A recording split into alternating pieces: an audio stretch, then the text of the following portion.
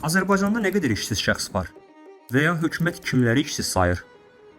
Bu sual müstəqil ekspertlərin mütəmadi müzakirə etdiyi mövzulardan biridir. Bir çoxları hökumətin açıqladığı rəsmi işsizlik sayının reallığı əks etdirmədiyi ilə bağlı şübhələr səsləndirir. Hökumətin elan elədiyi rəqəmlər çox aşağıdır. Bəzi müstəqil ekspertlərin də 100 minlərlə 1 milyondan çox işsiz var iddiası da yanlışdır. Dövlət Statistika Komitəsinin 2025-ci il dekabr ayının 1-nə olan məlumatına görə Azərbaycanda işsiz şəxslərin sayı 239,3 min nəfərdir. Müqayisə üçün deyək ki, ötən il bu rəqəm 215,1 min nəfər təşkil edib. Yəni rəsmi açıqlamalara görə bu il işsiz şəxslərin sayında ötən illə müqayisədə 24 mindən çox artım müşahidə olunur. Komitənin açıqladığı bu rəqəmləri sorğulamazdan əvvəl işsizlik kateqoriyasına kimlərin daxil olduğuna baxaq. Başqa sözlə, dövlət kimləri işsiz hesab edir? Azərbaycan Respublikasının məşğulluq haqqında qanunvericiliyinə əsasən işi və qazancı olmayan, işə başlamağa hazır olub müvafiq icra hakimiyyəti orqanının müəyyən etdiyi qurumda işsiz kimi qeydiyyata alınan, əmək qabiliyyətli yaşda olan şəxs işsiz hesab olunur. Qanunun bu bəndinə görə işsiz kimi qeydiyyata düşmək üçün isə əvvəla məşğul şəxs hesab olunmamalısan. Elə eyni qanunun 4-cü maddəsi də məşğul şəxslərin dairəsini bir neçə kateqoriya üzrə müəyyənləşdirir. Muzla, yəni əmək müqaviləsi ilə işləyənlər, mülki hüquqi xarakterli, yəni xidməti müqavilələrlə işləyənlər, sahibkarlar, yəni müəyyən əsasında xidmət göstərənlər, mülkiyyətində kənd təsərrüfatına yararlı torpaq payı olanlar, ailə kəndli təsərrüfatının üzvləri, ödənişli fəaliyyətlə məşğul olan ali və orta ixtisas təhsil müəssisələrində əyani təhsil alanlar, silahlı qüvvələrdə xidmət edənlər və başqaları qanunla məşğul şəxslər hesab olunduğundan onlara işsizlik statusu verilmir. Dövlət Statistika Komitəsinin 2025-ci il dekabrın 1-nə olan məlumatlarına əsasən ölkədə iqtisadi fəal əhalinin sayı 5 milyon 383,2 min nəfər olub. Onların 5 milyon 104,5 min nəfərini məşğul əhali təşkil edib. Azərbaycanda təqribən 5,6-5,8 milyon əmək qabiliyyətli insan var. Yəni işləmə qabiliyyəti olan, əmək qabiliyyəti olan insan var. Bunların 1,7 milyonu rəsmi işçilərdir. Yəni onların dövlətin qaydalarına uyğun olaraq əmək müqavilələri var. Onların təqribən 880 mini dövlət sektorunda çalışır. Yerdə qalanı isə özəl sektorda çalışan insanlardır. Və ümumi sayı isə 1,7 milyondur. Və yeri gəlmişkən bu rəqəm uzun illərdir dəyişmir. Əmək qabiliyyətli insanların ümumi sayını götürsək 4 milyona yaxın insan qalır da. Yəni onların hardasa işləməsi lazımdır. Bunların təqribən 600-700 min arası vöynlə çalışanlardır. Yəni onların vöyünü var, fərdi sahibkardılar və yaxud da ən azından adına vöyn varsa onları işsiz kimi qeydiyyata almırlar. Yəni onlar işsiz sayılmırlar, belə deyək. 1,4 milyona yaxın isə kənd təsərrüfatında, aqrar sahədə çalışanlar kimi qeydiyyatdadırlar. Dövlət Statistika Komitəsində. Dövlətin aqrar sektorda məşğul hesab etdiyi şəxslər isə zaman-zaman mediaya etdikləri müraciətlərində adlarında olan əkib becərə bilmədikləri pay torpaqlarına görə işsiz statusu ala bilmədiklərini, buna görə də dövlətin müəyyən sosial yardımlarından məhrum qaldıqlarından şikayətləniblər. Çox gözəl də torpaqdır. Bir dənə şərait imkan vermir ki, əkib becərəsən. Mən də sənəti hazırladım, apardım, verdim. Deyirlər, bir ay ərzində zəng eləyəcək. Sonra mən mesaj gəldi ki, telefonuma, sizin pay torpağınız var, pay torpağı. Ona görə də sizə məşğulluqdan pay heç nə verilməyəcək. Hazırda həbsdə olan iqtisadçı Fərid Mehralzadə həbsindən bir müddət əvvəl Meydan TV-yə müsahibəsində pay torpağı olanların rəsmi olaraq məşğul sayılmasının real işsizliyin önünə pərdə çəkdiyini bildirmişdi.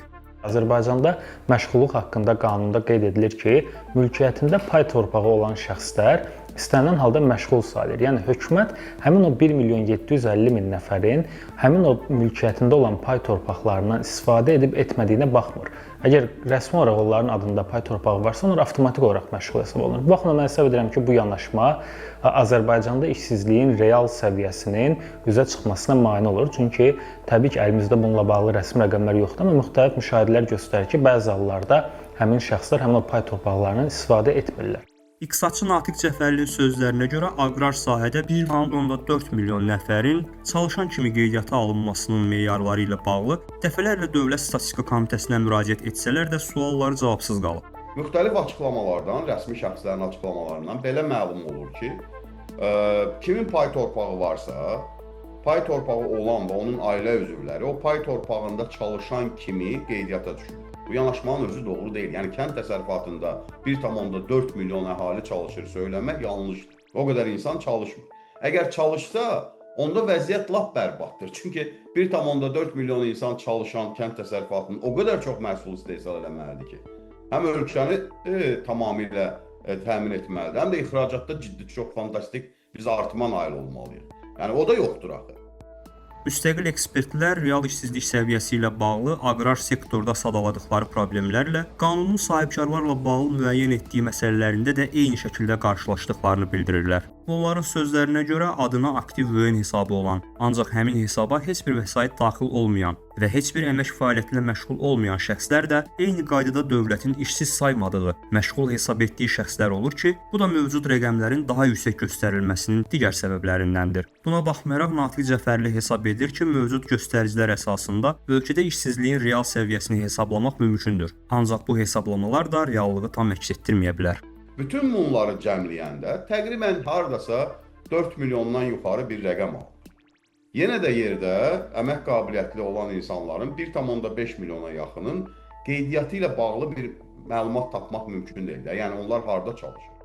Ancaq işsizliklə bağlı mübahisə doğuran rəqəmlərin ortaya çıxmasına səbəb təkcə qanunun müəyyənləşdirdiyi məhdud dairə deyil. Natiq Cəfərli deyir ki, hətta bu göstəricilərə cavab verilsə belə işsiz kimi qeydiyyata düşmə mərhələsindəki prosedurlar da kifayət qədər çətindir. Məhz bu səbəbdən də bir çox insan ümumiyyətlə qeydiyyata düşməyə çalışmır və nəticədə rəsmi statistikada işsizlərin sayı olduğundan daha aşağı görünür. Bizdə avtomatik işsizliklə bağlı qeydiyyat mexanizmi yaradılmayıb. Məsələn, bir çox ölkələrdə, məsələn Amerikada həftəlik işsizlik rəqəmləri açıqlanır və bunu necə bacardılar? Çünki hər həftə ərzində işdən çıxan və iş tapan insanların elektron reyestri aparılır. Və nəticə etibarilə hər həftə, əsasən də 4-cü günlər olur, Amerikada məsələn işsizlik rəqəmləri açıqlanır. Və Avropa ölkələrinin bir çoxunda da eyni qaydadadır. Bizdə elə deyil. Bizdə işini itirmək avtomatik olaraq səni işsiz eləmir. Yəni işini itirdikdən sonra məşğulluq idarəsinə getməlisən, işsizliklə bağlı müraciət eləməlisən, qeydiyyata düşməlisən. İqtisadçının sözlərinə görə Azərbaycanda işsizliyə qeydiyyat məsələsinin özü də bir prosedur tələb edir deyə insanlar işsiz kimi qeydiyyata düşməkdə maraqlı olmur. Buna görə də qeydiyyat prosesinin özünün də sadələşdirilməsinə ehtiyac var. O deyir ki, hesablamalarda bu qədər böyük rəqəmlərin ortaya çıxmasının digər səbəblərindən biri də ölkədə qeyri-rəsmi məşğulluğun geniş yayılmasıdır.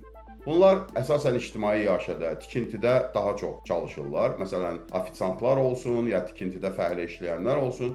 Onların sayını dəqiq bilmək mümkün deyil, açığını sizə deyim. Çünki elə bir statistika aparmağa bizim şəxsən elə bir imkanımız yoxdur. Bu sorğular vasitəsilə olur, rəsmi rəqəmlərin tutuşdurulması ilə olur. Bizim də rəsmi rəqəmlərə çıxış imkanlarımız ancaq statistika komitəsinədir.